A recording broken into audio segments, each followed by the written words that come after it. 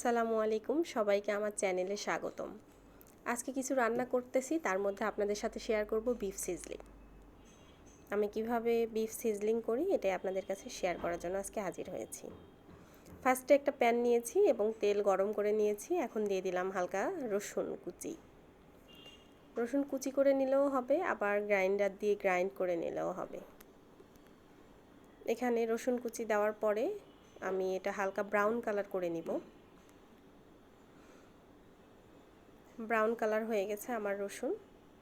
এখন দিয়ে দিব এর মধ্যে কিছু গাজর এবং ক্যাপসিকাম। দেখতেই পাচ্ছেন আমি কিভাবে গাজর এবং ক্যাপসিকামটা কুচি করে নিয়েছি, যাতে সিজলিংটার মধ্যে একটু সালাদ সালাদ ভাইব আসে।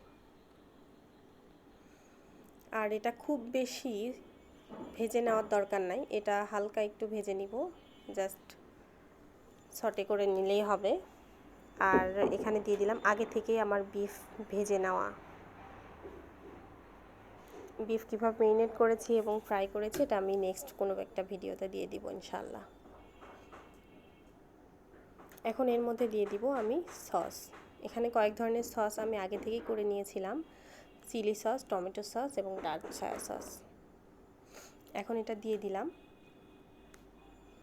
দিয়ে আমাকে পুরা সসটা সুন্দরভাবে মাখা মাখা না হওয়া পর্যন্ত নাড়তেই থাকতে হবে। এটা যতক্ষণ পর্যন্ত না এটা ভালোভাবে মেরিনেশন হয়।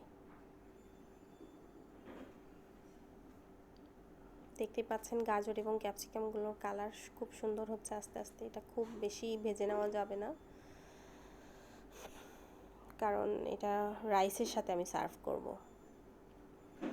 এখন দিয়ে দিলাম, আমার কাছে যেহেতু সিজলিং প্যান নাই, বাসায় সাধারণ প্যান দিয়ে বসাই দিয়েছি এবং 7 থেকে 8 মিনিট হাই হিটে হিট করে নিয়েছি স্মোকি ফ্লেভার আনার জন্য।